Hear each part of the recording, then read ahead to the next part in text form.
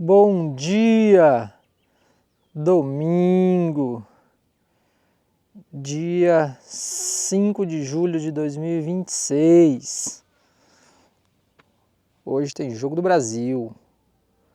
Olha que nascer do sol lindo aqui, direto de Sinop. Estamos fazendo uma caminhada aqui na lavoura, hoje na roça, caminhada rural. Eu comecei a fazer caminhada tem 1 ano e pouco. Comecei dia 22 de junho de 2025. Fez 1 ano há poucos dias. E o que eu posso dizer para vocês é que a caminhada mudou a minha vida. Eu estava na Tailândia, eu trabalhava em casa, não tinha muito o que fazer fora de casa durante o dia. Eu morava perto de um lago muito bonito, um rio, e essa estrada, essa estradinha de calçamento margeava o rio dos dois lados. E ali eu comecei a fazer caminhada todos os dias e não mais parei. E venho acompanhando esse progresso todos os dias pelo aplicativo do celular. E o que eu posso dizer para vocês a respeito de caminhar todos os dias?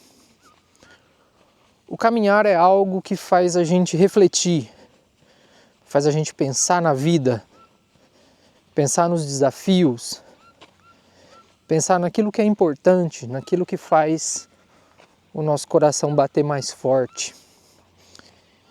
Eu confesso a vocês que nesse 1 ano eu aprendi muito caminhando. E aí quando eu penso nisso, eu me lembro de Jesus Cristo, que naquela época também caminhava. Não tinha veículos, com motor, como nós temos hoje, carros, aviões. Então Jesus ele caminhava muito, Muitas passagens mostram Jesus indo da região da Judéia para a região da Galileia, de Jerusalém para Nazaré, Cafarnaum. A própria passagem de Jesus com a samaritana, Jesus está indo, e para tomar água, e pede água à samaritana. E aí uma das passagens mais lindas do texto bíblico é a conversa de Jesus com a samaritana. Jesus, a água da vida, Então o caminhar, ele desperta isso na gente. Isso mostra que nós sempre devemos estar em movimento. O movimento é uma constante da vida humana. Se você não se movimenta, a sua vida não tem sentido. E aí aqui é o movimento, não só o movimento do corpo físico, mas o movimento da alma. A alma que se move em direção a algo. A alma que se move em direção a algo superior. A algo que a razão não consegue explicar. Então, mover-se é mover-se em direção a algo que nos preenche, a algo que nos completa. E a palavra de Deus, ela diz para nós que nós devemos nos unir a Cristo. Nós devemos buscar encontrar com Jesus todos os dias na nossa vida. E é justamente isso que o caminhar causa em nós. Reflexão sobre os nossos erros, reflexão sobre os problemas da vida, reflexão sobre aquilo que não vai bem, reflexão sobre o que também vai bem. Então, é isso. E aí nesse 1 ano e pouco de caminhada, eu caminhei nos mais diversos lugares que você pode imaginar. Caminhei na Tailândia, na cidade que eu morava, caminhei no norte da Tailândia, na cidade onde os meus sogros moram, meu sogro e minha sogra. Caminhei no sul da Tailândia, em viagem que fizemos à praia, eu e minha esposa. Caminhei na Malásia, onde também fomos passear, logo depois que a gente se casou. Caminhei no Brasil em vários lugares, São Paulo, Mato Grosso. E eu posso dizer para vocês que cada lugar que eu estive, eu fui percebendo como as pessoas vivem, como é a vida, qual é o sentido que cada um busca no viver. Caminhar em São Paulo, por exemplo, é um desafio constante, porque é uma cidade enorme, você vê as pessoas correndo para todo lado, em busca do trabalho, indo, voltando de ônibus, de metrô, de carro, aquele trânsito que não para nunca. E o caminhar, o silenciar da mente, o refletir naquele local é um pouco mais difícil.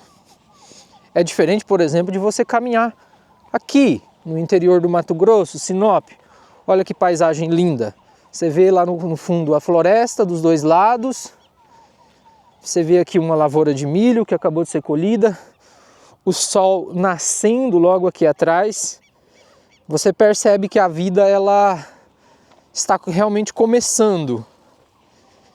E é mais fácil de você se conectar com Deus na natureza, num ambiente onde você consegue ver o sol, onde tudo é mais definido,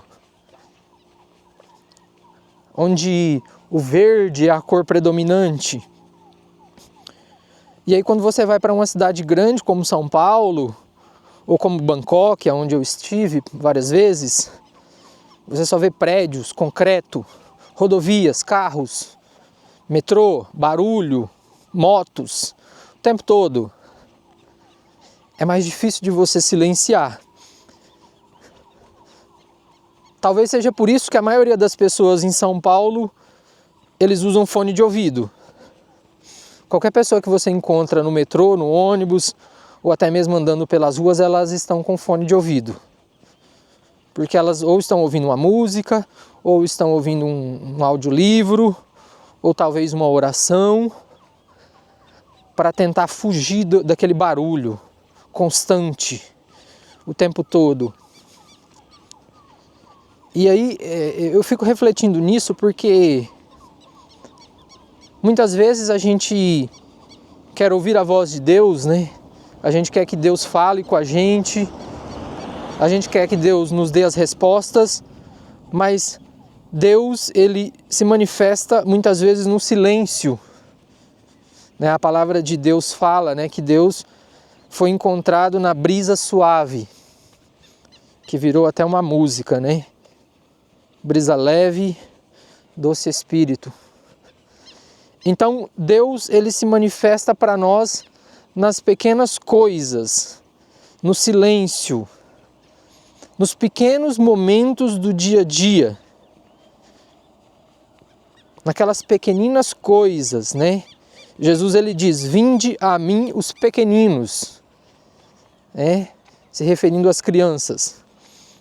Mas aqui também, os pequenos momentos da nossa vida, aqueles momentos mais simples, é onde Deus realmente se manifesta. Muitas vezes, né, a gente quer coisas grandiosas na nossa vida.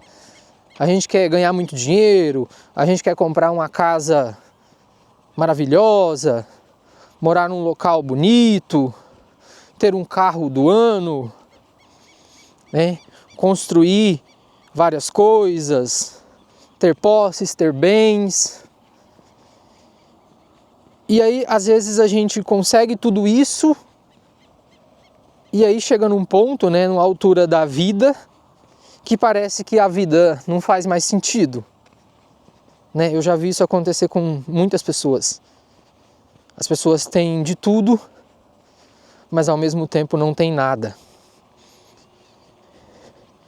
Então, a dificuldade da nossa vida é encontrar o equilíbrio entre conquistar os bens materiais e não deixar que os bens materiais nos dominem.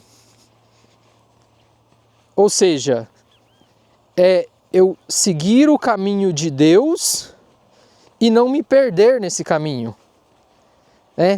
Tem uma passagem do Evangelho que ela é muito didática para nos explicar isso, porque ela fala, do homem que construiu pomares, celeiros, queria guardar tudo, e aí Deus vem e diz para ele: insensato, hoje mesmo sua vida será tirada e você não vai ver nada disso, você não vai ter mais nada disso.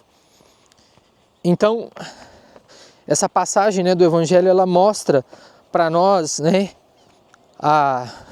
o quanto são efêmeros os bens deste mundo. O quanto essa vida ela é efêmera, o quanto essa vida ela é como um vapor, como uma fumaça que se dissipa, como nuvens que se formam e de repente se dissipam. Então, a grande reflexão da nossa vida, eu acredito que é o retorno para Deus, o retorno para o Pai. Todo o caminho que nós fazemos de vinda e peregrinação neste mundo é um caminho de retorno para Deus, Então, diz o salmista, minha alma, ela está inquieta enquanto ela não retornar para ti, Deus. Então, a inquietação da nossa vida é o desejo de retornar para Deus, o desejo de retornar para o Criador, Então, Paulo ele vem dizer, onde um dia, o nosso desejo é retornar para Deus, para Cristo, Cristo é a cabeça e nós somos os membros, e um dia Cristo será tudo em todos.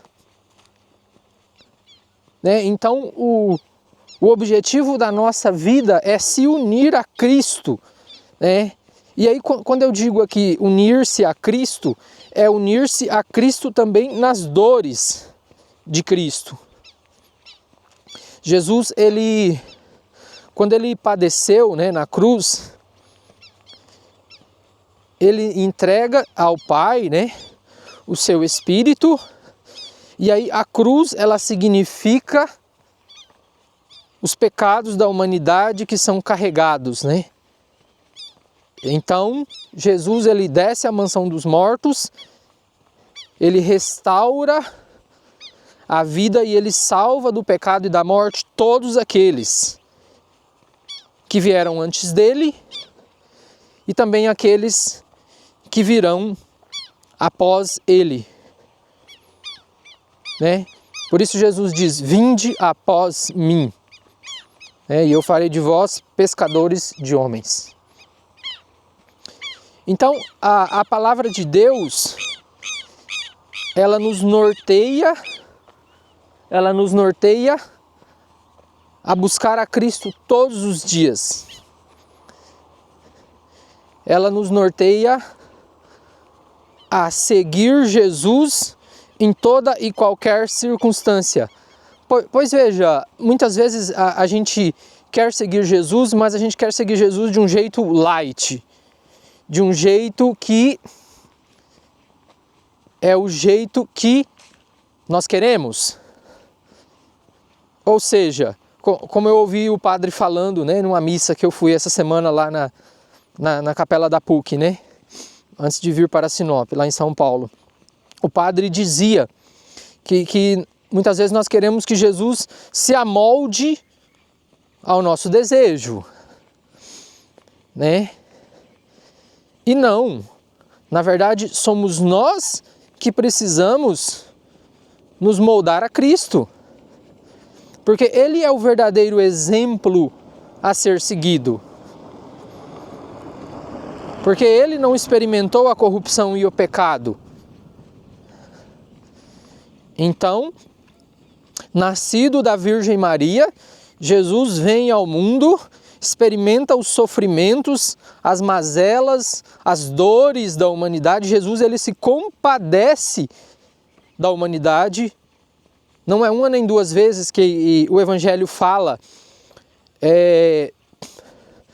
das situações em que Jesus, ele se entristece pela humanidade. Né? Quando ele cura o cego, quando ele ressuscita Lázaro. Em todos esses momentos, Jesus, ele olha para o ser humano, né, em sua miséria, em sua pequenez, e Jesus se compadece dessa humanidade frágil, dessa vida que é tão efêmera, tão perene. Então, somos nós que precisamos nos moldar a Cristo. Somos nós que precisamos seguir a Jesus Cristo, e não que Jesus Cristo nos siga. E aí entra aqui um ponto que muitas vezes nós não aceitamos, que é o sofrimento. O sofrimento, ele faz parte da vida humana. O sofrimento, ele está inserido no contexto da humanidade. E aí muitas vezes nós não entendemos, né? Por que existem guerras? Por que existem desavenças? Por que o ser humano é tão egoísta? Mas é justamente por isso, porque o ser humano não quer seguir a Jesus Cristo. Porque quando nós nos entregamos a Jesus Cristo 100%, né? Como aquela frase que o Neymar gosta de usar, né? 100% Jesus. Esses dias eu estava pensando sobre isso. O que é ser 100% Jesus? 100% Jesus é o exemplo de Paulo. Né? Paulo diz: para mim o viver é Cristo, morrer é lucro. Né? Anseio estar com Cristo. Para mim seria muito melhor morrer e ir para Cristo. Olha o que diz Paulo. Né? E aí ele diz, né, que julgo como perda todas as coisas. Né? Para mim tudo que existe nesse mundo é como esterco. Não me serve. Porque eu encontrei com o bem supremo que é Jesus Cristo. Então Paulo, ele nos mostra isso. O seguimento incondicional de Jesus Cristo. E aí é difícil porque nós somos egoístas. Nós não queremos seguir Jesus 100%. Muitas vezes nós não conseguimos nem 20%. E aí aqui eu estou falando primeiro de mim, eu não estou julgando ninguém. São as minhas experiências, não são as de vocês. Porque cada um sabe aquilo que está no seu coração. Cada um sabe aquilo que viveu, aquilo que passou, quais são as suas dificuldades. Então, quantas vezes nós renunciamos a Jesus Cristo? Quantas vezes nós negamos Jesus Cristo, como Pedro fez, né? Antes que o galo cante, tu me negarás 3 vezes. Então, a grande dificuldade da nossa vida é esse amor incondicional a Jesus Cristo. É essa entrega incondicional, né? É essa entrega 100% a Jesus. O dia que nós conseguirmos nos entregar 100% a Jesus, a missão da nossa vida está completa. O dia que Jesus for o centro, né, da nossa vida, como muito bem canta o Frei Gilson, aí a nossa missão ela estará cumprida. Então, o caminhar é isso. é caminhar para Deus, é caminhar de volta para Jesus. É seguir Jesus 100%, incondicionalmente. Venha o que vier. É difícil. Não vou dizer que é fácil. E não é fácil para nenhum de nós. É uma experiência que cada um precisa passar por si mesmo.